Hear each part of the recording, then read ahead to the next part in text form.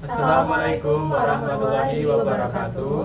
Kami dari Prodi Teknik Industri Universitas 11 Maret kelompok 10 dari kelas A yang beranggotakan saya Kesya Aulia Firda Zahra dengan NIM I0325011. Saya Riswanto, NIM I0325024. Saya Fadila Ramadhani dengan NIM I0325040. Jadi pada video kali ini kami akan membahas mengenai jejak-jejak khazanah peradaban Islam Untuk memenuhi penilaian ujian tengah semester Pendidikan Agama Islam yang diampu oleh Bapak Habibie Muhammad Lutfi. Selamat menonton. Baik, yang pertama ada periode klasik dalam sejarah Islam. Nah, periode ini berlangsung antara tahun 650 Masehi sampai 1250 Masehi. Pada masa ini disebut juga masa keemasan karena Islam mencapai kejayaannya baik dari segi politik, ekonomi, maupun ilmu pengetahuan.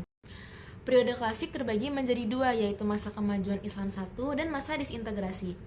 Masa kemajuan Islam 1 ditandai oleh adanya 4 sahabat Nabi, yaitu Umar bin Khattab, Abu Bakar, Utsman bin Affan, dan Ali bin Abi Thalib.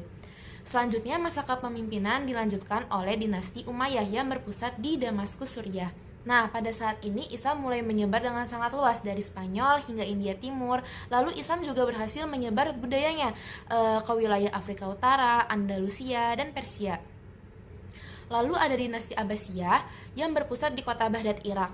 Nah, pada masa ini Islam mulai mencapai masa kejayaannya karena perekonomian mulai meningkat, terutama di bagian pertanian dan pertambangan, serta majunya ilmu pengetahuan seperti filsafat, administrasi, astronomi, kesehatan, dan matematika. Namun memasuki masa disintegrasi yang berlangsung antara tahun 1000 sampai 1250 Masehi, Islam mulai mengalami perpecahan. Banyak wilayah yang awalnya tunduk kepada khalifah mulai memisahkan diri dengan membangun kerajaan-kerajaan independen seperti dinasti Toheriyah, Safaria, dan dinasti Turuniyah. Penyebab utama disintegrasi ini antara lain kelemahan internal, adanya konflik politik, dan munculnya kekuatan militer yang ingin berkuasa sendiri.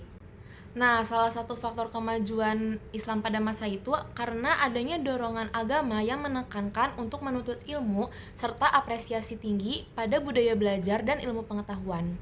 Meskipun demikian, peninggalan periode klasik berpengaruh hingga saat ini seperti Masjid Nabawi, kitab Al-Jabar yang digunakan sebagai dasar ilmu matematika modern, dan penemuan alat seperti astrolabe atau jam air yang digunakan untuk menentukan arah kiblat. Sekarang kita masuk ke periode selanjutnya, yaitu periode pertengahan pada 1250 sampai 1800 Masehi, yang dimana periode ini tuh terbagi menjadi dua fase. Yang pertama ada fase kemunduran pada 1250 sampai 1500 Masehi. Yang kedua ada fase tiga kerajaan besar dan kemunduran pada 1500 sampai 1800 Masehi.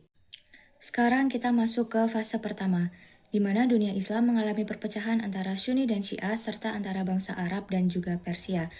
Nah, dunia Islam ini tuh terbagi menjadi dua. Bagian Arab itu terdiri dari Arabia, Irak, Syuriah, Palestina, Mesir, dan Afrika Utara yang berpusat di Mesir. Kemudian pada bagian Persia itu terdiri dari Balkan, Asia Kecil, Persia, dan Asia Tengah yang berpusat di Iran. Selanjutnya, kebudayaan Persia itu menggantikan kebudayaan Arab, yang dimana pintu ijtihad dianggap tertutup dan minat terhadap ilmu pengetahuan menurun.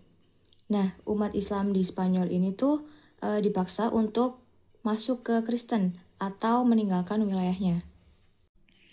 Oke, sekarang kita masuk ke fase kedua, yaitu fase tiga kerajaan besar dan kemunduran. Nah, apa aja sih tiga kerajaan besar Islam yang muncul pada saat itu?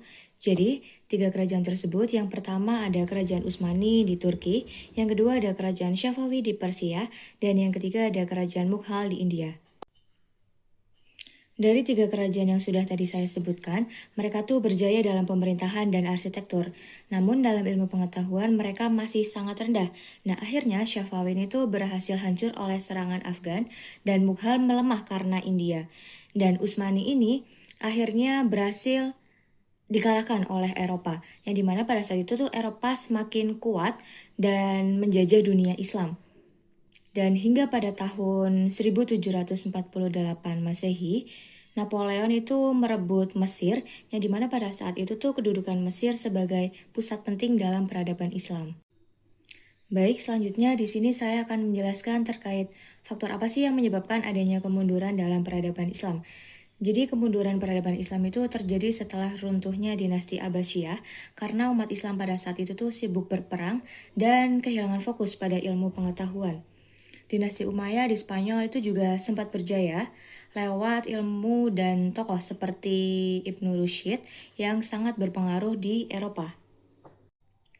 Namun, akhirnya Islam di Spanyol juga mengalami keruntuhan akibat konflik dengan penguasa Kristen, kurangnya persatuan, masalah ekonomi, dan letaknya yang jauh dari pusat dunia Islam. Kita akan menyelami salah satu babak paling penting dalam sejarah Islam, yaitu periode modern, yang dimulai sejak tahun 1800 Masehi. Periode ini adalah zaman kebangkitan kembali umat Islam. Mari kita cari tahu apa yang memicu kebangkitan ini setelah masa kemunduran yang panjang. Titik baliknya adalah jatuhnya Mesir ke tangan Barat di sekitar tahun 1800. Peristiwa ini seperti siraman air dingin yang menyadarkan seluruh dunia Islam. Mereka akhirnya tersadar bahwa mereka lemah dan bahwa di Barat telah timbul peradaban baru yang lebih tinggi serta merupakan ancaman besar. Kesadaran ini memicu sebuah gerakan besar. Para pemimpin Islam mulai serius memikirkan bagaimana cara mengembalikan mutu dan kekuatan umat Islam. Munculnya alat-alat Barat menimbulkan pemikiran mendalam. Mengapa umat Islam lemah dan mundur?